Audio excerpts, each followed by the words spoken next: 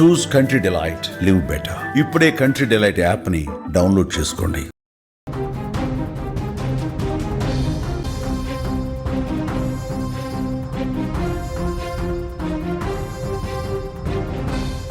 Operation Sindoor తర్వాత China వేదికగా పాకిస్తాన్కు మరోసారి భారత్ వార్నింగ్ ఇచ్చింది. బుద్ధి మార్చుకోకుంటే సరే, లేకపోతే బూడిదలో కలిపేస్తామంటూ భారత రక్షణ శాఖ మంత్రి రాజ్నాథ్ సింగ్ హెచ్చరించారు. పాకిస్తాన్ పేరు ఎత్తకుండానే మాటల తూటాలను పేలుస్తూ పాక్ గుండెల్లో గుబులు పుట్టించేలా హెచ్చరించారు రక్షణ శాఖ మంత్రి. అదేవిధంగా శాంతి, టెర్రరిజం ఒకే చోట ఉండవని చెప్పిన ఆయన భారత్ పైకి ఉగ్రవాదులు కన్నెత్తి చూస్తే కనికరం చూపమని, అంతం చేస్తామని బల్లగుద్దు మరీ చెప్పారు. అంతేకాదు, పహల్గాం ప్రస్తావన లేదని SCO పత్రంపై సంతకం పెట్టకుండా చైనా కూడా పరోక్షంగా రాజ్నాథ్ సింగ్ గట్టి షాక్ ఇచ్చారు. చైనాలోని క్వింగ్డావోలో షాంఘై సహకార సంస్థ సభ్య దేశాల రక్షణ మంత్రుల సదస్సు జరిగింది.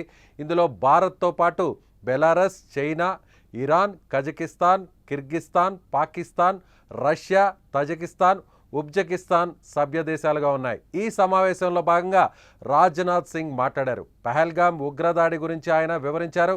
దానికి కౌంటర్గా భారత్ చేపట్టిన ఆపరేషన్ సింధూర్ గురించి కూడా వివరించారు. పహల్గాం ఘటన భారత్లో లష్కరే తోయిబా గతంలో చేసిన ఉగ్రవాద దాడులతో సరిపోలుతుందని చెప్పారు. ఉగ్రవాదాన్ని సహించదని కూడా ఆయన ఈ సందర్భంగా చెప్పారు. చర్యల ద్వారా స్పష్టంగా ఇలాంటి ఘటనలు తీసుకురావద్దంటూ ఆయన పరోక్షంగా హెచ్చరించారు. ఉగ్రవాద శిబిరాలు ఎప్పటికీ సురక్షితం కాదని, వాటిని లక్ష్యం చేసేందుకు వెనకాడబోమని ఆయన మరోసారి ఇక్కడ మాట్లాడారు. అయితే సదస్సు తర్వాత విడుదల చేయాల్సిన సంయుక్త ప్రకటనలో పహల్గాం ప్రస్తావన లేకపోవడంతో దానిపై సంతకం చేసేందుకు నిరాకరించారు. దీంతో సంయుక్త ప్రకటనను SCO రద్దు చేయాల్సినటువంటి పరిస్థితి ఏర్పడింది. సో చైనాలో ఇప్పుడు రక్షణ శాఖ మంత్రి రాజ్నాథ్ సింగ్ చేసినటువంటి కామెంట్స్ ఇప్పుడు మరోసారి అటు భారత్, పాకిస్తాన్ మీద ఏ స్థాయిలో తీవ్రంగా విరుచుకుపడుతుందో, చైనా వేదికగా మరిన్ని దేశాల సందర్భంలో వాళ్ళ సమక్షంలోనే పాకిస్తాన్ను టార్గెట్ చేసినటువంటి పరిస్థితి ఇప్పుడు చాలా స్పష్టంగా కనిపిస్తోంది.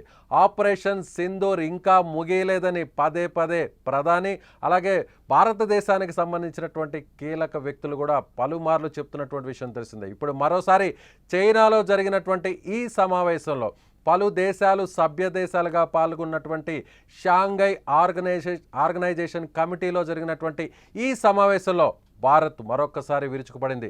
పాకిస్తాన్కు మరొక్కసారి గట్టిగా హెచ్చరికలు జారీ చేసింది. అయితే చైనా పాకిస్తాన్కు పరోక్షంగా సపోర్ట్ చేస్తుంది అనేటువంటి విషయం మరోసారి ఈ సందర్భంగా స్పష్టమైంది.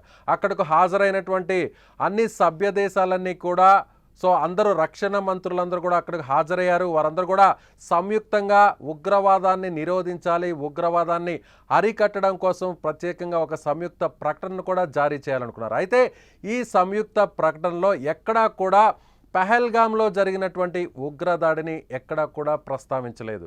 అదేవిధంగా పాకిస్తాన్లో ఉన్నటువంటి బెలూచిస్తాన్కి సంబంధించినటువంటి అక్కడ జరుగుతున్నటువంటి గొడవల మీద, అక్కడ జరుగుతున్నటువంటి వివాదాలు మాత్రమే అక్కడ ప్రస్తావించారు. ఒక రకంగా బెలూచిస్తాన్లో జరుగుతున్నటువంటి ఉగ్రవాదం వెనక భారతదేశమే ఉంది అంటూ అక్కడ ఉన్నటువంటి చైనాతో పాటు పాకిస్తాన్ కూడా ఈ సందర్భంగా సంయుక్త ప్రకటనలో ప్రస్తావించింది. దీన్ని కూడా తిరస్కరించారు, దీన్ని కూడా వ్యతిరేకించారు మన భారత రక్షణ శాఖ మంత్రి. సో మరొకసారి చైనా బుద్ధి కూడా పాకిస్తాన్ వెనక చైనా ఉంది అని ఈ సందర్భంగా మరోసారి స్పష్టమైందని చెప్పుకోవచ్చు. అయితే ఎక్కడ కూడా పాకిస్తాన్ వక్రబుద్ధిని, పాకిస్తాన్కి సంబంధించినటువంటి ఉగ్రవాదాన్ని సో వేర్లతో సహా పెకిలించడానికి భారతదేశం ఎప్పుడు కూడా ముందుంటుంది. ఏమాత్రం కూడా అటు ప్రపంచ దేశాలకు సంబంధించినటువంటి ఏ సమావేశంలో అయినా, సంయుక్తంగా జరిగినటువంటి ఏ వేదికలైనా సరే ఈ విషయాన్ని చాలా స్పష్టంగా బయటపెడుతుంది భారత్. మరోసారి చైనాలోని షాంఘైలో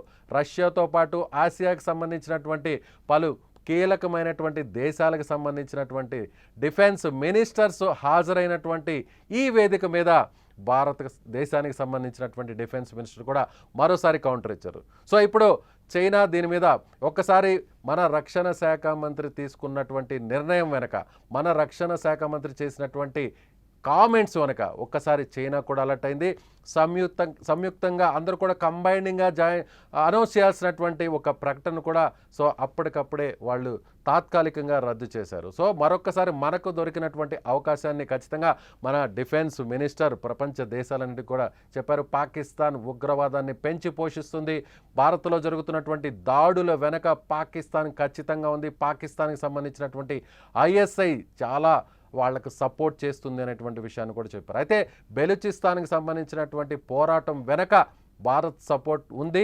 పాకిస్తాన్లో ఈ దాడుల వెనక భారత్ ఉంది అని చెప్పే ప్రయత్నం చేసినటువంటి పాకిస్తాన్ కూడా సరైనటువంటి కౌంటర్ ఇచ్చింది Bharat.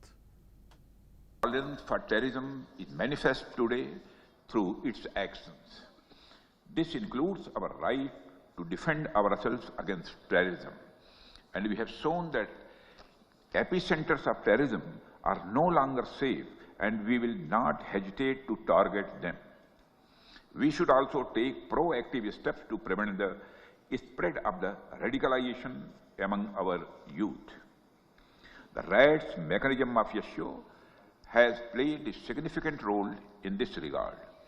The joint statement of the Council of SCO heads of state on countering radicalization leading to terrorism, separatism and extremism issued during India's chairmanship symbolizes our shared commitment. So ఇది మన భారత రక్షణ శాఖ మంత్రి రాజ్నాథ్ సింగ్ చేసినటువంటి కామెంట్స్. ఆపరేషన్ సింధూర్ తర్వాత కూడా ఇంకా కూడా పాకిస్తాన్ తన వక్రబుద్ధిని మార్చుకోలేదు. ఇంకా కూడా పాకిస్తాన్ చైనా సహకారంతో భారత్ను ఇబ్బంది పెట్టేటువంటి ప్రయత్నం చేస్తుంది. పాకిస్తాన్లో జరుగుతున్నటువంటి బెలూచిస్తాన్కి సంబంధించినటువంటి దాడుల వెనక భారత్ ఉంది అనేటువంటి విషయాన్ని పరోక్షంగా ఈ సమావేశంలో ఈ సదస్సులో చెప్పే ప్రయత్నం చేసింది పాకిస్తాన్. దానికి కౌంటర్ ఇచ్చారు మన daring and dashing defence minister Rajnath Singh. ఎక్కడా కూడా భారతదేశంలో జరుగుతున్నటువంటి ముఖ్యంగా కాశ్మీర్లో జరుగుతున్నటువంటి ఉగ్రవాదాన్ని ఇక్కడ ప్రస్తావించలేదు. అదేవిధంగా ఇటీవల ఏప్రిల్లో జరిగినటువంటి ఆపరేషన్ సింధూర్కి సంబంధించినటువంటి ఘటన మీద ఎక్కడ ప్రస్తావించలేదు. ఎవరు కూడా దీని గురించి మాట్లాడలేదు. సంయుక్తంగా అన్ని దేశాలు ఒక ప్రకటనను జారీ చేయాలంటే ఉగ్రవాదానికి వ్యతిరేకంగా ఉగ్రవాదాన్ని అరికట్టడం కోసం అన్ని దేశాలు ఏకమై రక్షణ శాఖ మంత్రులందరూ కూడా సంయుక్తంగా ఒక ప్రకటనను ఇవ్వాలంటే అందులో భారత్కు జరిగినటువంటి నష్టం, అందులో భారత్లో జరిగినటువంటి పహల్గామ్కి సంబంధించినటువంటి ఇష్యూని ఎందుకు పొందుపరచలేదు అంటూ కూడా చాలా తీవ్రంగా స్పందించారు రక్షణ శాఖ మంత్రి రాజ్నాథ్ సింగ్. సో పాకిస్తాన్ని వదిలిపెట్టం, ఇంకా కూడా ఆపరేషన్ సింధూర్ ముగియలేదు అనడానికి ఇదొక చక్కని ఉదాహరణగా చెప్పవచ్చు. మీరేమనుకుంటున్నారు? So defence minister Rajnath Singh చేసినటువంటి కామెంట్స్, ముఖ్యంగా పాకిస్తాన్కి ఇచ్చినటువంటి వార్నింగ్ని, కౌంటర్ని మీరు ఎలా అనుకుంటున్నారు? మీ అభిప్రాయాన్ని కామెంట్ చేయండి. Thank you.